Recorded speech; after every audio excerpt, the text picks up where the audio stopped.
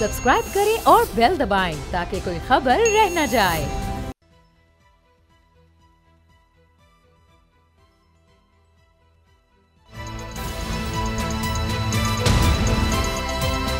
अब पता चला। अस्सलाम वालेकुम नाज़रीन, आप देख रहे हैं प्रोग्राम अब पता चला और मैं हूं सैयद मुजम्मिल। नाज़रीन, आज समात की अगर बात की जाए जो कि सुप्रीम कोर्ट में फ़ौजी अदालतों में सिविलियंस के ट्रायल के हवाले से हुई है, तो उसमें दोबारा से हमने यही देखा कि जो बेंच फॉर्म हुआ था इससे पहले, जो कि 9 रुकनी बेंच था, उससे 2 जज साहिबान अलहदा हुए और आज अटॉर्नी जनरल की जानिब से मंसूर अली शाह साहब के ऊपर जो है एतराज़ उठाया गया और कहा गया कि कॉन्फ्लिक्ट ऑफ इंटरेस्ट है। और उसके बाद हमने देखा कि ये 7 रुकनी बेंच जो है ये भी टूट गया और 6 रुकनी बेंच ने इस समात का आगाज़ किया, जिस दौरान मुख्तलिफ दलाइल जो हैं वो सलमान अकरम राजा साहब की तरफ से भी सामने आए, उसको भी आज डिस्कस करेंगे। और इसके साथ साथ ये भी कि एतजाज़ हसन साहब ने प्रेस कॉन्फ्रेंस की इसके बाद, और लतीफ़ खोसा भी उनके हमरा मौजूद थे, जिसमें उन्होंने ये कहा कि आप जुर्माने करें 5-5 करोड़ रुपए के उन लोगों पे जो कि तौहीन अदालत कर रहे हैं। साथ साथ ये भी कहा लतीफ़ खोसा साहब ने कि 2 दिन की जो समात हो चुकी है उसके बाद जस्टिस मंसूर के ऊपर एतराज़ लगाना हुकूमत की तरफ से बनता नहीं है और ये लीगल नहीं है।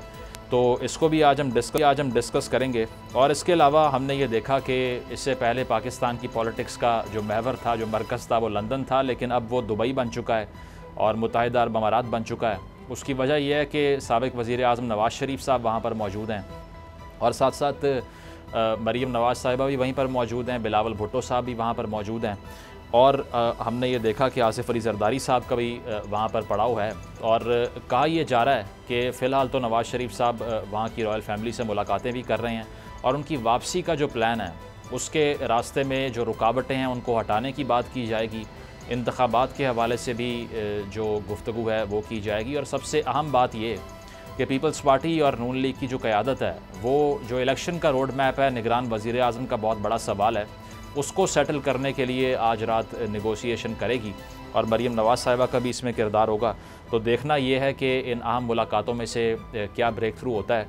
लेकिन आज की सबसे बड़ी ख़बर वो DG ISPR major general Ahmed Sharif साहब का जो प्रेस कॉन्फ्रेंस थी उसके हवाले से सामने आई और वो इसलिए कि 9 मई के वाक़यात के हवाले से जो अबहम था कि अब क्या रास्ता इख्तियार किया जाएगा, उसको उन्होंने जो है वो एड्रेस किया, क्लैरिफाई किया। कुछ जो आम उनके नकात थे गुफ्तगू के, वो आपसे शेयर कर देते हैं। उन्होंने सबसे पहले तो ये कहा कि 3 अफसरान, जिसमें एक लेफ्टिनेंट जनरल भी मौजूद हैं, उनको ओहदे से बर्खास्त किया गया है 9 मई के वाक़यात के बाद से। उन्होंने ये भी कहा कि 15 अफसरान के ख़िलाफ़ जो तादीबी कार्रवाई है वो मुकम्मल कर ली गई है और इसमें 7 ब्रिगेडियर्स भी शामिल हैं। और उन्होंने ये भी कहा कि जो मनसूबा साज थे, जो कि आला कार बने 9 मई के वाक़यात में मुलव्विस थे, उनको कैफ़र किरदार तक हम पहुँचाएँगे, 9 मई को भूलने नहीं देंगे। और इसके साथ साथ ये भी कि जो इसमें शामिल था उसका एक ट्रायल जो है वो होना लाजिम है। ये भी उन्होंने बताया कि का जो अमल है फ़ौज में उसके तहत ये कार्रवाइयाँ हो रही हैं। और उन्होंने ये भी कहा कि एक रिटायर्ड 4 स्टार जनरल हैं जिनकी नवासी, उसके अलावा एक रिटायर्ड 4 स्टार अफसर का दामाद, साथ उन्होंने ये भी कहा कि एक रिटायर्ड 4 स्टार जनरल की बेगम और उनका दामाद इस अमल से गुज़र रहे हैं। तो उन्होंने क्लैरिफाई इस बात को किया कि चाहे जो परपेट्रेटर्स हैं वो इंस्टीट्यूशन के अंदर हों या बाहर हों, इसमें बिला किसी तफरीक कार्रवाई का जो है वो आगाज़ कर दिया गया है। और साथ साथ ये भी उन्होंने कहा कि मुल्क भर में तकरीबन 102 शरपसंदों का जो ट्रायल है वो फ़ौजी अदालतों में जारी है। और उन्होंने ये कहा कि 17 स्टैंडिंग कोर्ट्स इस वक्त भी काम कर रही हैं। तो इसकी तफसील भी आपसे हम शेयर करेंगे, लेकिन सबसे पहले जो सुप्रीम कोर्ट का मामला है उससे आगाज़ कर लेते हैं। स्पेशल कॉरेस्पॉन्डेंट बोल न्यूज़ के इमरान वसीम साहब हमारे साथ मौजूद हैं। इमरान, अदालत के अंदर हमने फिर से एक एक्शन रिप्ले देखा है आज कि 9 रुकनी बेंच फिर 7 रुकनी बना और अब वो 7 से 6 हो गया। आज की समात के अहम नुकात अगर आपसे पूछें तो क्या लगे आपको?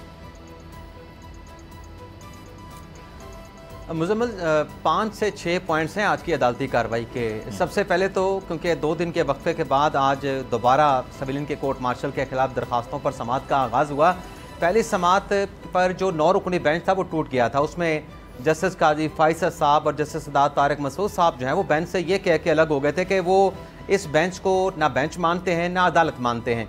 तो उसके बाद जो बाकी 7 जजेस बचे थे उन पर मुश्तमिल जो है वो चीफ साहब ने बेंच तश्कील दिया वो 7 रुकनी बेंच केस सुन रहा था। आज तक केस को जो है वो एडजर्न किया गया था।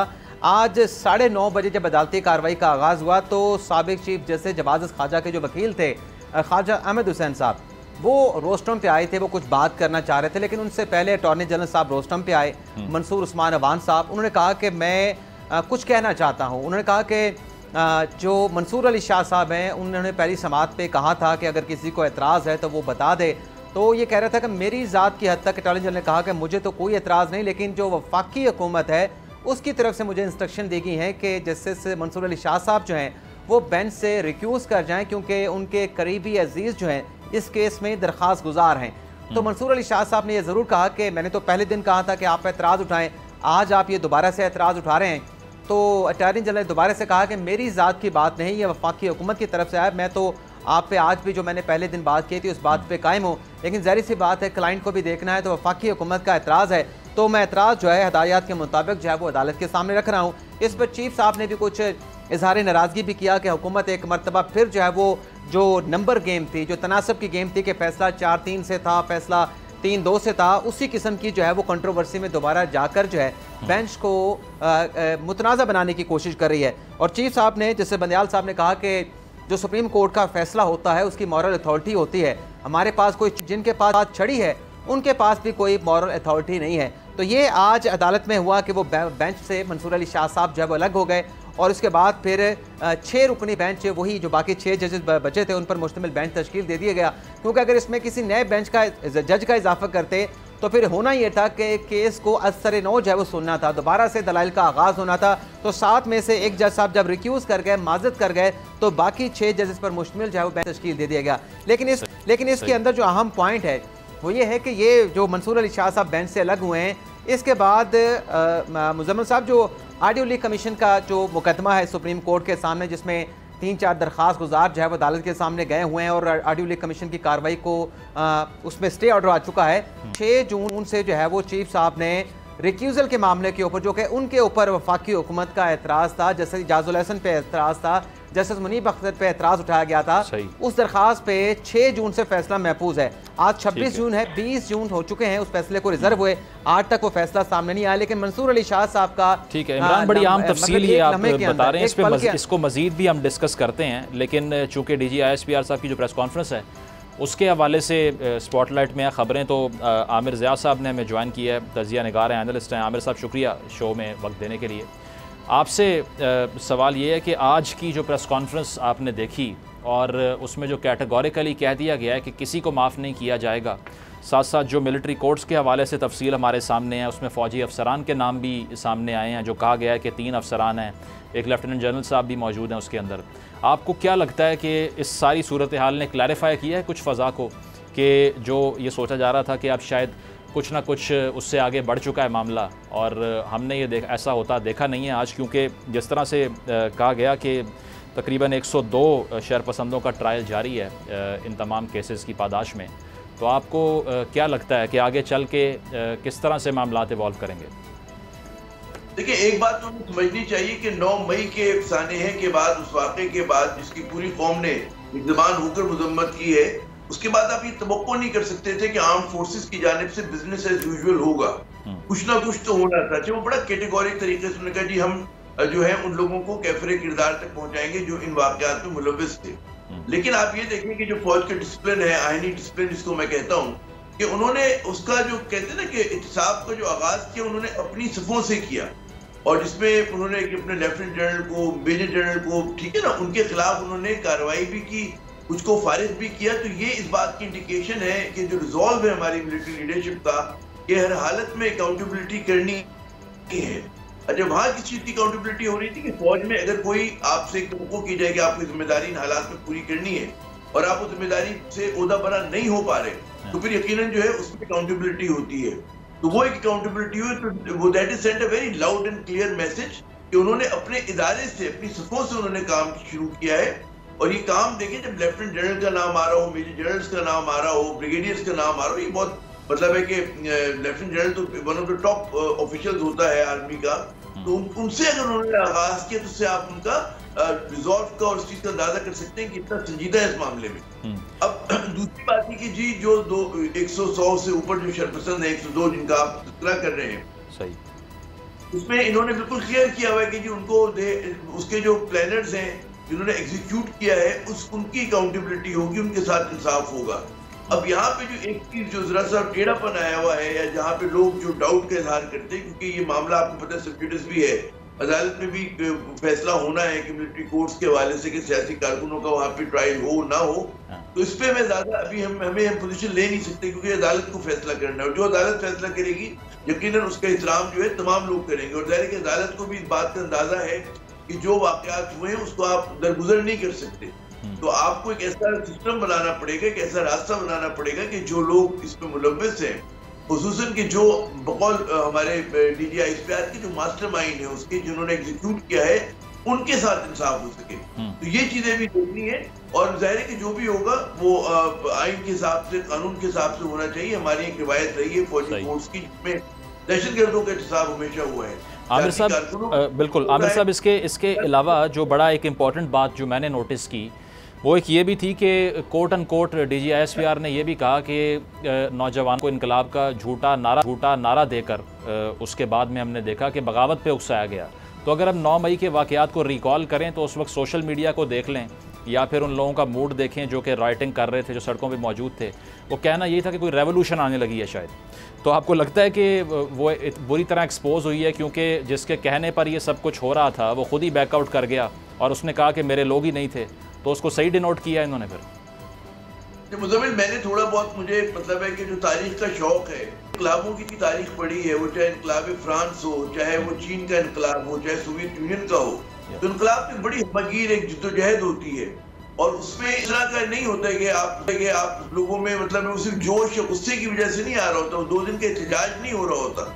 इनकलाब में बड़ी तवील सबराजमा जिद्दोजहद होती है जिसके नतीजे में तो हमारे मुल्क में अभी मतलब कोई भी इनकलाबी पार्टी मौजूद नहीं है। तो अगर कोई PTI को कहे कि इनकलाबी पार्टी है और वो शाह महमूद कुरैशी के साथ मिलकर इनकलाब बर्पा करेगी, असद उमर के साथ इनकलाब बर्पा करेगी, तो खुद PTI वालों को उस पर शक शुबा था।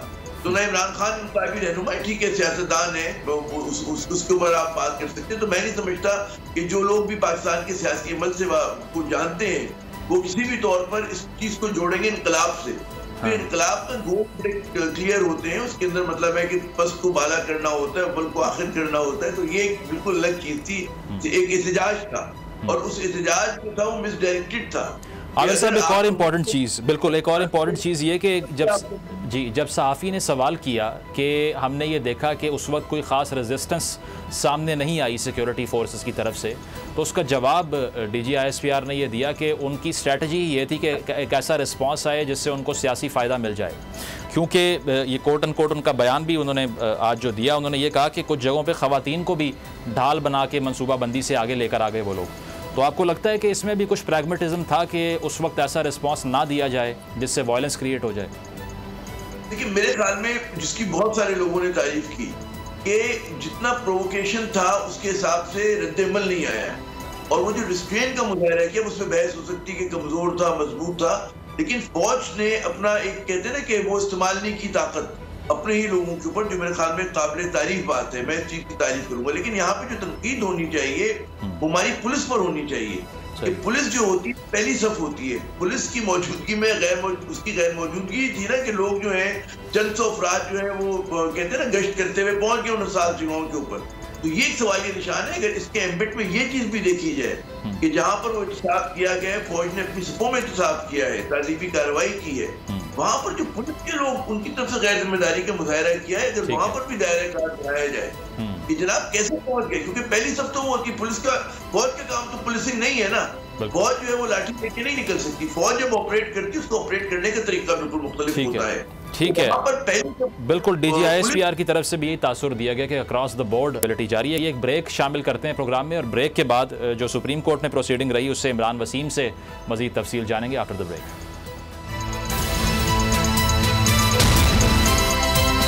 अब पता चला दिस हाफ अब पता चला वेलकम बैक नाज़रीन। ब्रेक से पहले DGI-SPR की प्रेस कॉन्फ्रेंस के हवाले से हम बात कर रहे थे, लेकिन सुप्रीम कोर्ट में जो फ़ौजी अदालतों के हवाले से समाअत हुई है, उस हवाले से इमरान वसीम हमारे साथ मौजूद हैं। इमरान, सलमान अकरम राजा साहब के जो दलाइल रहे आज, उसकी क्या हाईलाइट्स थी? उन्होंने चीफ जस्टिस को ये भी कहा कि अभी किसी का ट्रायल शुरू नहीं हुआ, और फिर इस सारी समाअत के बाद हमने देखा कि लतीफ़ खोसा साहब हों या एतजाज़ हसन साहब हों, उनकी तरफ से भी अपना मौक़िफ़ पेश किया गया। ये कहा गया कि जुर्माने करें, कार्रवाइयाँ करें। तो इस पर क्या बता सकते हैं आप? देखिए मुजम्मल, ये जो आज DGI-SPR की प्रेस कॉन्फ्रेंस है वो अदालती कार्रवाई से किसी न किसी तरीके से कनेक्टेड है। आप देखना कि आज जो जज साहब ने रिक्यूज़ किया है, पहले उसी पे बात कर लेते हैं। मंसूर अली शाह साहब ने उस फैसले के बाद, जो पहले भी मैं बात कर रहा था कि 6 जून से ऑडियो लीक कमीशन का जो मुकदमा है सुप्रीम कोर्ट में, उसमें बंदियाल साहब ने फैसला महफूज कर रखा है। 20 दिन हो चुके हैं और उन्हें फैसला इस नुक्ते पर करना है कि वो रिक्यूज़ कर रहे हैं या रिक्यूज़ ना करें। जो हुकूमत का एतराज़ है, तो 20 दिन से तो उस मामले पे फैसला नहीं हुआ, और आज मंसूर अली शाह साहब ने लम्हे भर में इस बात का फैसला कर लिया और वो बेंच से उठ के चले गए।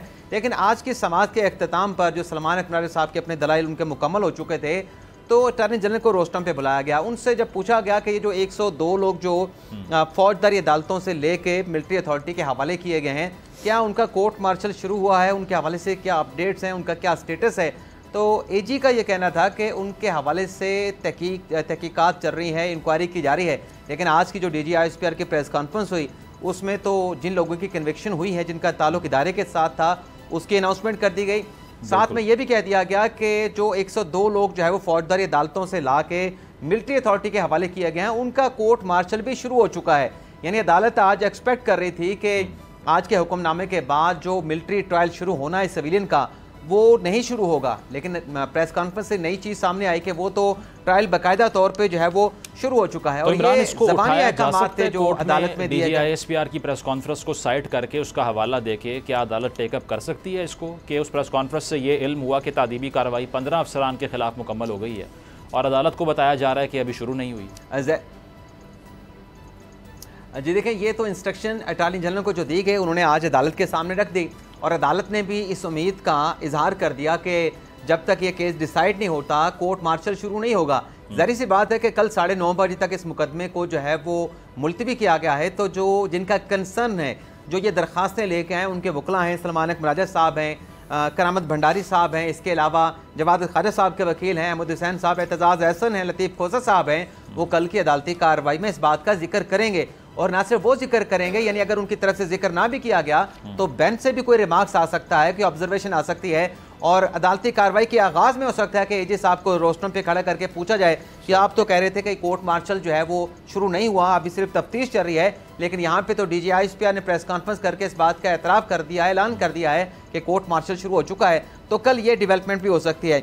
लेकिन ये जो हदायत आज अदालत ने उम्मीद का इजहार किया, जो अदालत ने कहा कि हम इस उम्मीद का एक्सपेक्ट करते हैं कि कोर्ट मार्शल शुरू नहीं होगा, और जो 102 लोगों की फहरिस्त है, जो नाम है, उनकी तमाम तर तफसीलात हमें फराहम की जाएंगी, ये अदालत ने ज़बानी हुक्म दिया है।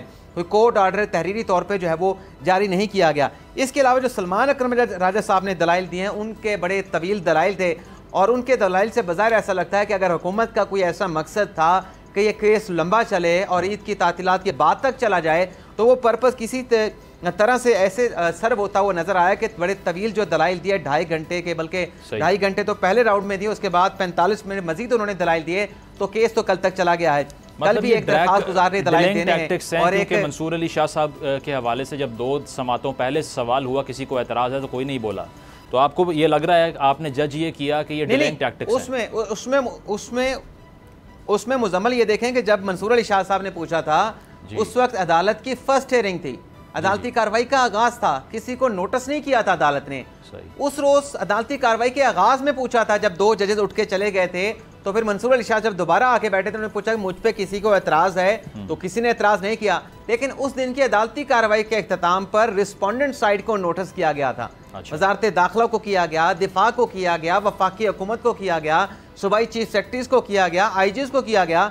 तो वो एक नई सूरत हाल जो है वो अदालत में हो गई, यानी नए लिटिगेंट्स, नए फ्रीकैन जो अदालत के सामने आए, तो उनकी तरफ से आज जो है ये एतराज उठाया गया है। तो सलमान अकरम राजा साहब ने आज के दलाइल का अगर उनके क्रक्स की बात करें, तो वो ये कह रहे थे कि जो आर्टिकल 175 है आइन का, उसके मुताबिक तो अदलिया जो है वो सेपरेट है, उसमें कोई किरदार नहीं, कोई पैरेलल जुडिशरी नहीं हो सकती, और जो कानून है उसके मुख्तलिफ जो सेक्शन है जिसके तहत सिविलियन का ट्रायल जो है वो कोर्ट मार्शल होता है, फौजी अदालतों में केस चलाया जाता है। तो कुछ उन्होंने आर्टिकल का नाम दिया, हवाला दिया कि इनको कलअदम करार दिया जाए, ये बुनियादी हकूक से मुतसादम है। और साथ में उन्होंने ये भी कहा कि अगर एग्जेक्टिव ऑर्डर के जरिए किसी का मिलिट्री कोर्ट में सिविलियन का ट्रायल होगा तो एक जो इदारे का ऑफिसर है जो जज बन के उस ट्राइब्यूनल में बैठेगा, उस अदालत में बैठेगा, उससे साफ शफाफ जो ट्रायल है उसकी कैसे आप तवक्को कर सकते हैं। लेकिन इसके ऊपर जज साहबान ने भी बहुत ज़्यादा रिमार्क्स भी दिए, बहुत ज़्यादा सवालात भी पूछे। यानी अदालत ने यह भी कहा कि अगर आपकी इस दलील को हम मान लें कि सिविलियन का कोर्ट मार्शल नहीं हो सकता, लेकिन आप तो मजमूई तौर पे बात कर रहे हैं कि जो ये सेक्शंस हैं जो आर्मी एक्ट के, इनको उड़ा दिया जाए, तो उसके बाद तो जो फौजी हैं उनका ट्रायल भी फौजी अदालतों में नहीं हो पाएगा, उनका ट्रायल भी आपको जो है वो आम अदालतों में शिफ्ट करना पड़ेगा। बिल्कुल ठीक है इमरान, पॉइंट आ गया आपका। आमिर साहब, आपसे भी मैं इस हवाले से एक टेक चाहूँगा, आपकी क्या है, क्योंकि जिस तरह से इमरान वसीम कह रहे हैं कि कनेक्शन दिखाई देता है कि DGI-SPR की प्रेस कॉन्फ्रेंस में जो डिटेल सामने आ रही है और फिर जो कोर्ट को बताया जा रहा है उसमें कुछ ना कुछ हम देख रहे हैं कि वो आपस में रेकनसाइल नहीं करता। आपने भी यही नोट किया है? देखिए, एक बात देखिए, फौज जो है, जो 9 मई को वाकयात हुए थे, उसके बाद जो है वो रद्देमल जो है उसकी तरफ से फितरी है।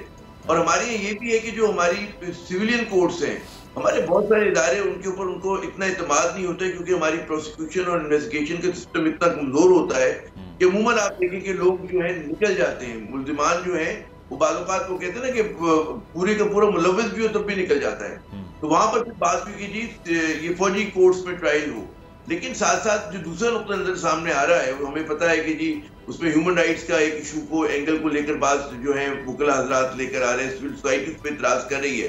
तो अब जो इसका जो फैसला होना है वो तो ज़ाहिर है कि सुप्रीम कोर्ट करेगी, और उसमें मैं ये समझता हूँ कि फौज ने अपना कमिटमेंट दिखा दी है। फौज ने ये बता दी कि जी हमने अपने इदारे के अंदर अकाउंटेबिलिटी की और बड़े जोरदार अंदाज में की। अगर 15 लोगों के खिलाफ उन्होंने कार्रवाई की है, कुछ को सैक किया है, कुछ के खिलाफ तादीबी कार्रवाई है, तो एक सिग्नल देता है। और ये मुझे याद आता है जनरल राहिल शरीफ साहब के जमाने में जब करप्शन के खिलाफ बड़ा स्ट्रॉन्ग बयानिया था, तो एंटी करप्शन का भी जो सबसे पहले काम शुरू किया था तो विद इन द आर्मी शुरू किया गया था।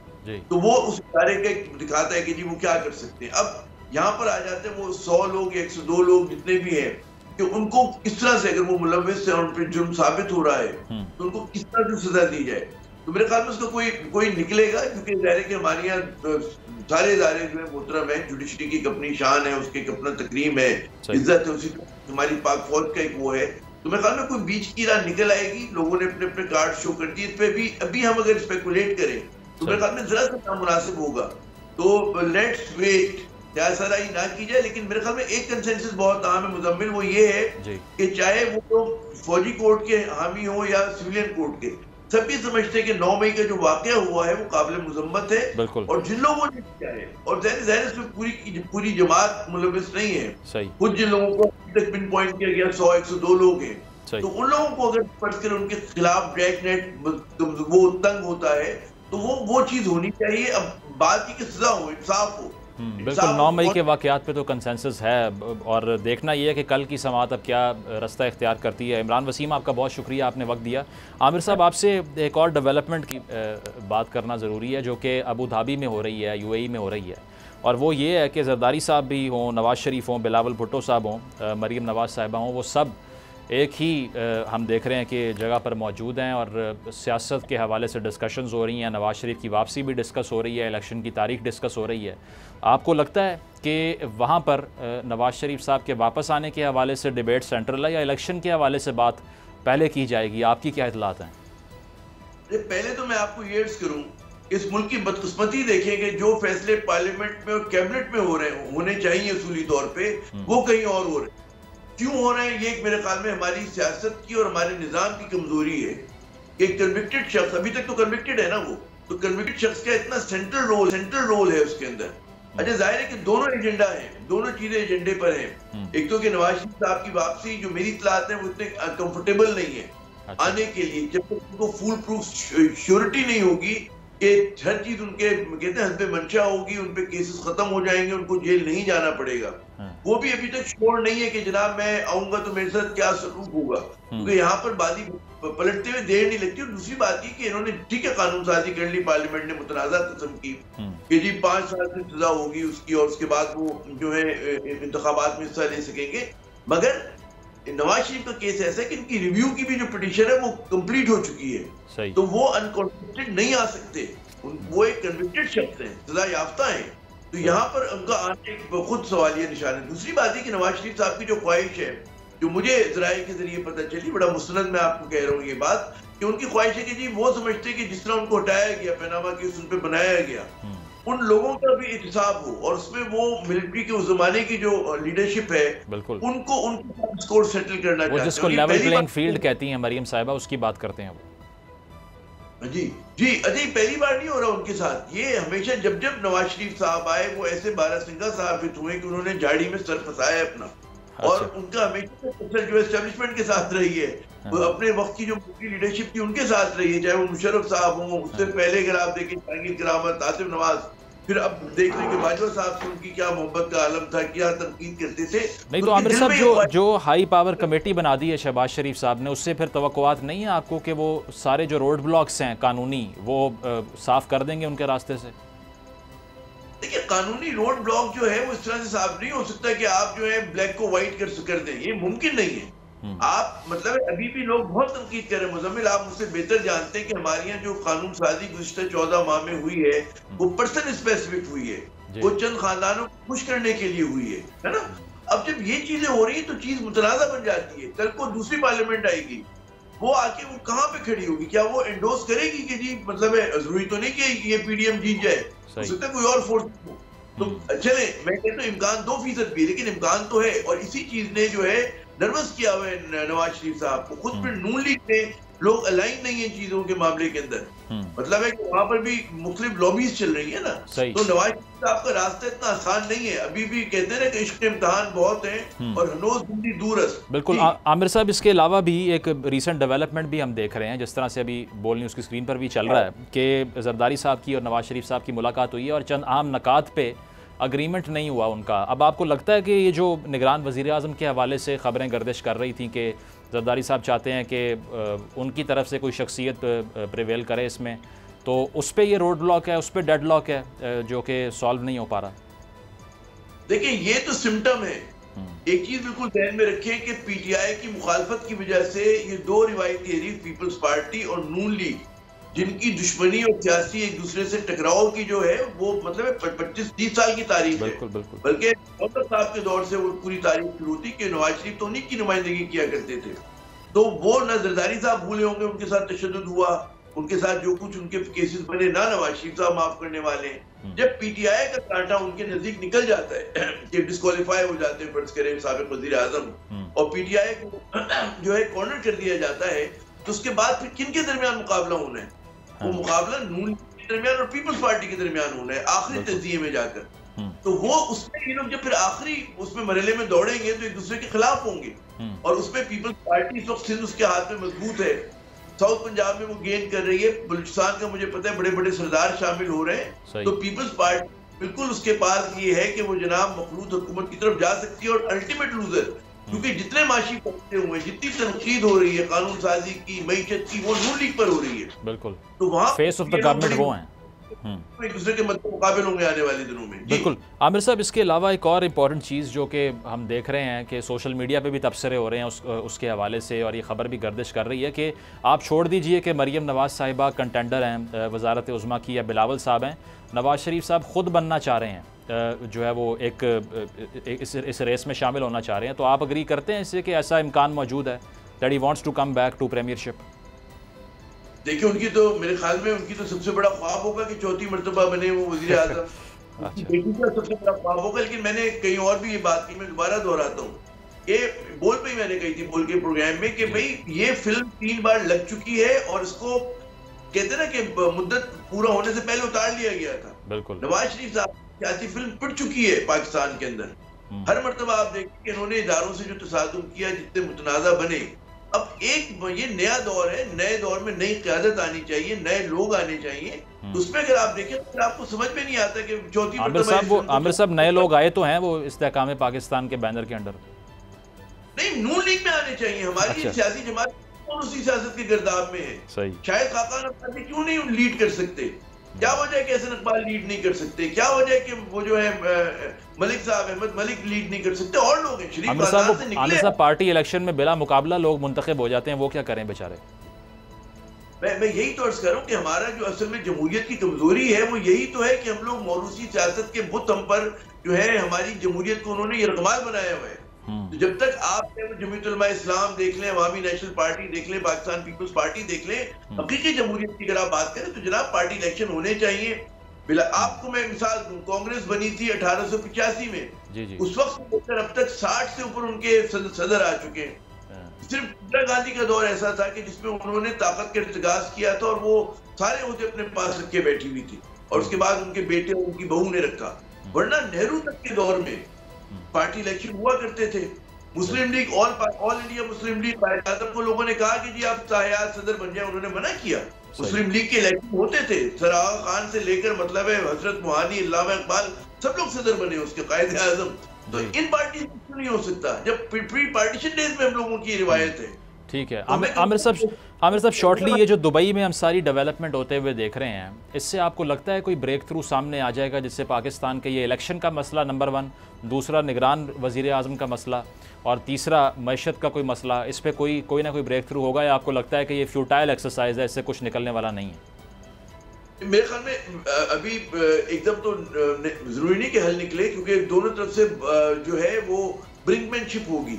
और जब भी आप आगाज करते हैं गुफ्तगू का तो अपनी हाई स्टेक के साथ करते हैं। उसके बाद मतलब जरूरी नहीं कि पहले ही राउंड के अंदर कोई ना कोई सेटलमेंट हो जाए। ज़ाहिर अगर मुल्क को इलेक्शन की तरफ जाना है तो जाना है, और उसमें पीपल्स पार्टी तैयार है। नून लीग में जरा से खदशात है, वो नहीं चाहते कि नवाज शरीफ साहब के बगैर वो इलेक्शन में जाए। तो वहां पर एक कहते हैं ना इंटरेस्ट पीपल्स पार्टी को सूट करेगा कि शहबाज शरीफ साहब ही लीड कर रहे हो। आप खुद सोचे ना, उनके ज़हन से सोचें जी। वो क्यों आपको मतलब स्ट्रेंथन करेंगे? अगर अंदरूनी खाना अगर हम सियासत की नज़ाकतों को समझते हो तो मैं समझता हूं इसमें आपको लगेगा कि जो है तसादुम की तरफ जाएंगी दोनों पॉलिटिकल पार्टीज, जाना चाहिए, क्योंकि अलग अलग आइडियोलॉजीज हैं। ठीक है, पीपल्स पार्टी वोटर नून लीग को नहीं देगा, नून लीग का वोटर पीपल्स पार्टी को वोट नहीं देगा। ठीक है, तो आपको लगता है कि ब्रेक थ्रू नहीं होगा और तसादुम की तरफ ये दोनों पार्टीज चली जाएंगी, जिनके सरबराहान दुबई में मौजूद हैं। बहुत शुक्रिया आमिर ज़िया साहब, आपने कीमती वक्त दिया।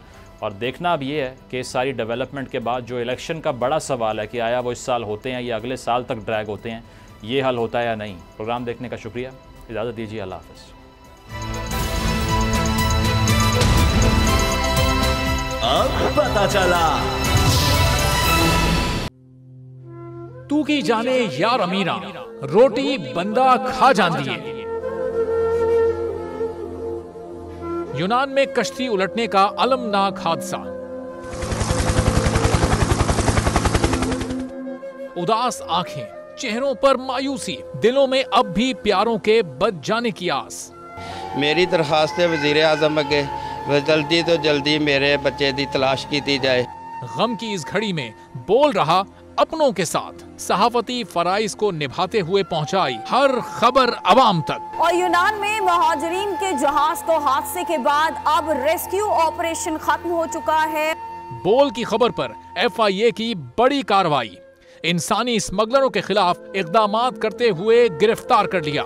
ह्यूमन ट्रैफिकिंग सर्कल गुजरात ने बड़ी ये कार्रवाई की है, जिसमें कश्ती हादसे में मुलव्वस अहम सरगना गिरफ्तार कर लिया गया है। 68% अवाम ने कश्ती हादसे की पल पल की खबर से जुड़े रहने के लिए देखा सिर्फ बोल न्यूज, क्योंकि बोल है पाकिस्तान का नंबर 1 न्यूज चैनल। सब्सक्राइब करें और बेल दबाएं ताकि कोई खबर रह न जाए।